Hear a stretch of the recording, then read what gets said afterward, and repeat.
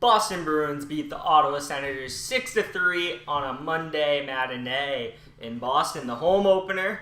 Always get excited. New anthem singer did a good job. Don't remember your name, but you did a solid job. And another group of people who did a solid job was the Boston Bruins, laying the smackdown on the lowly Senators, who actually have beaten the Maple Leafs this year.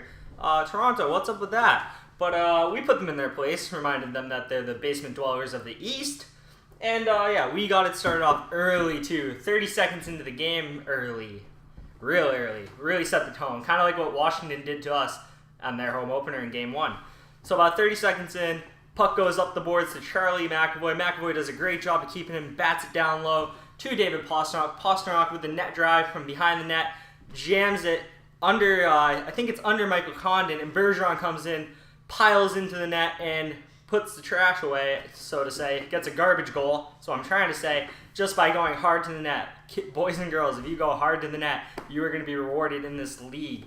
So Bergeron puts the Bruins up 1-0, and there's a good start to the game. But late in the third, Noel Acciari draws the hook on Colin White. And when your fourth liners draw penalties on the other team, they're really doing a great service to your team because you can get your best players out there on the power play because of your fourth line. Really, that's almost like them scoring a goal for you. And it was in this case because the Bruins power play is deadly with Pasta, Bergeron, Marchand, Matt Grzelcyk, and Ryan Donato on this first unit, and it is filthy. And Pastrnak got the puck at the point, shot it, missed wide, no biggie. Marchand, no look, backhander to Bergeron. Bergeron roofs it, and Bergeron, I think, is a certified sniper at this point because this guy is filthy.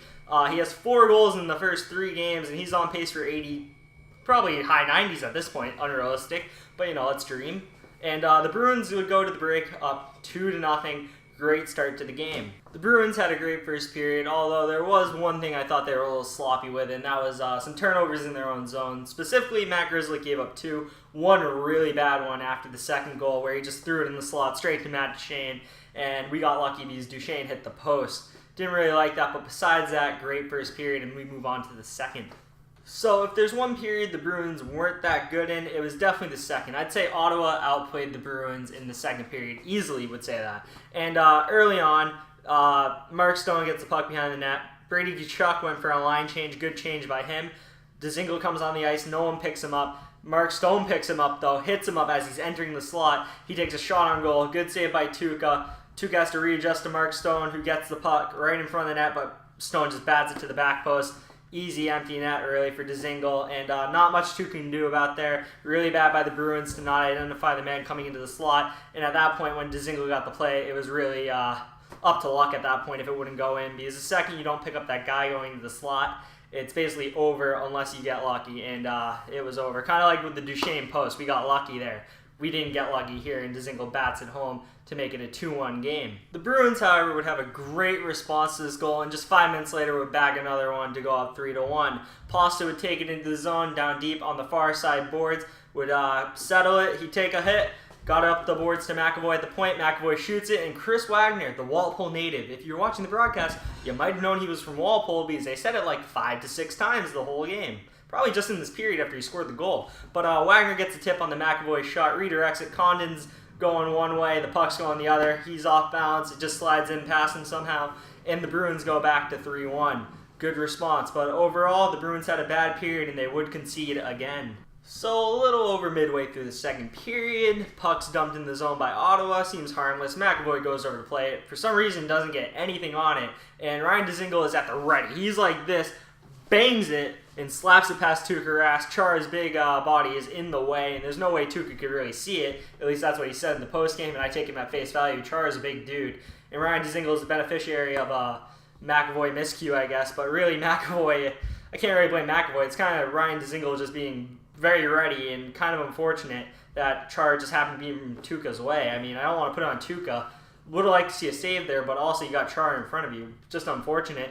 And it's a 3-2 game now, and Ottawa's right in it. The Bruins were very lucky to not concede another goal in this period. Duchene hit a post, Rask made a few big saves, but we get out alive and we move on to the third, up 3-2 on the Senators. So about 5 minutes into the third period, Brad Marchand skating dangerously through the neutral zone, putting fear into the enemy, and he brings it into the zone, drops it off to Patrice Bergeron, decent player, takes it down the left side on his backhand, throws it towards the net, hits off a Cody Ceci, the Ottawa defender's knee, and goes in past Mike Condon. And that is very unfortunate if you're a Senator, but very good if you're a Bruin. And the Bruins go up 4-2, and Patrice Bergeron gets his 4th career hat trick, 3rd in the last calendar year. He has 3 in 2018, and we're only in October. He had 2 in January early this year in the span of like 10 days. The guy's filthy. When he's on, and he is unstoppable. One thing that was kind of funny that you might have noticed if you're watching the broadcast is Bergeron picks up a cowboy hat and basically gives it to the locker room guy, or equipment manager or whatever, and he takes it back to the locker room. So I hope we see a picture of Bergeron wearing that hat or something, because that'd be kind of funny.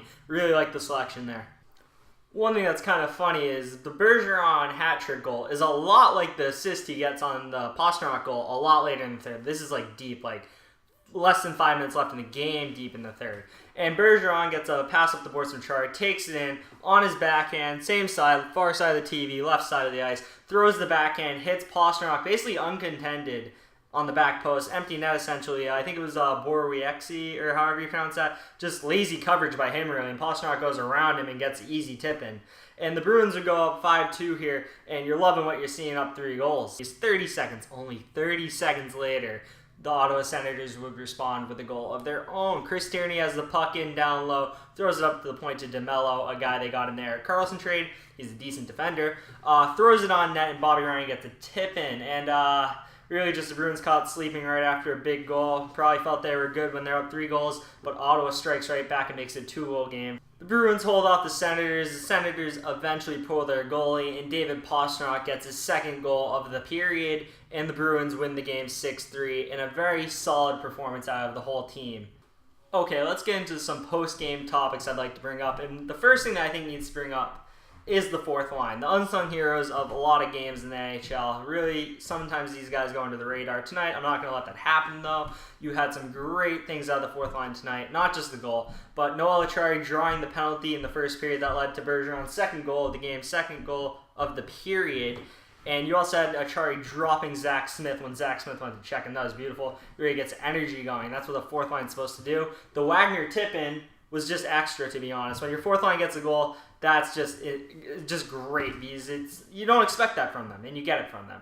We'd really like to see the 3rd or 2nd line score, but you take what you can get, and you definitely love to see the Walpole native, they'll mention that 9 billion times every broadcast, score. So you love to see that.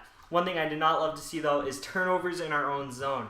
Grizzly had a few, Chara had a few, Krejci had a bad one, and you don't like to see that, and you're going to get picked apart by better teams if you do this against them. Like if we were facing Washington, you'd probably have another 2 goals against tonight. But luckily, Ottawa doesn't have the snipers like Alex Ovechkin and Oshie and all that. Duchesne, I think, hit like 2 posts tonight, got lucky there. And I think against a better team, we would have paid for it. Defensively, I like the Moore and Carlo pair. I think they were out there for 1 goal against. Don't quote me on that. But I like what I saw from them. I thought both of them moved the puck well at the point. Thought they both played good defensively tonight. Really liked it. The Miller and Grizzly pair, a little iffy on, but I thought they were serviceable. Chara and McAvoy did a good job overall. One thing I think all 6 of them need to do is get better in front of their own net. They get pinned in a little, and that's when we've been scored on. And you don't like to see that, but hopefully they can get better on it as we go forward. Let me go over the one big negative that I've noticed throughout the first 3 games, and that is the lack of depth scoring. Now, it's good. You put up 4 goals against Buffalo and 6 against Ottawa. What's not good is they have almost all, except for 1 goal this season, come from the power play or the first line. And that's not going to cut it against a good team. Good teams have shutdown pairs. Good teams aren't going to let Bergeron, Marchand, and Pastrnak put up like 5 goals on their own against them. It just won't happen. Buffalo got the same deal. 4 goals against them by the first line or the power play. It's not going to happen against good teams. You're going to need the 2nd and 3rd line to pitch in. So even though, I shouldn't look at it, and they weren't really called upon much tonight, in games furthermore, which I don't think we have that tough of a schedule coming up. We have Edmonton, so still no real shutdown pair there. But when you face a good team like Washington, Philadelphia, who has great defensemen, Pittsburgh, who has very good centers who can shut down other centers, you're going to need the depth scoring. So not going to harp on it too much tonight, but would like to see more depth scoring going forward to make me feel better about the team. Okay, so that's all I have for you today. Big 2 wins after being destroyed by Washington opening night. Took down Buffalo, took down Ottawa like we should. Love to see it. We got to keep it going on Thursday, though, against Edmonton, and I will be there at the TD Garden, so I will include like a vlog portion of myself and my good friend Steve at the game. Should be a great time. Hopefully we can stop McDavid. We're really going to be tested on the defensive side by him, so that should be more than fun to see, especially live. I can't wait to see the speed of McDavid live. That should be a treat. As for when that video will be posted, that video will probably be posted midday Friday or late Friday night, just because I'll be there and I won't be getting home till late because I'm going to be at the game.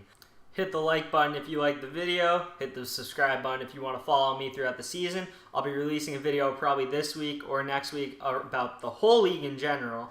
It's going to be highlights with commentary over it about other teams in the league. I'm trying to expand myself beyond the Bruins. So hit the subscribe button for Bruins coverage and that going forward. Leave a comment down below about the Bruins and how you think they played the first 3 games. And I'll see you next time. Peace.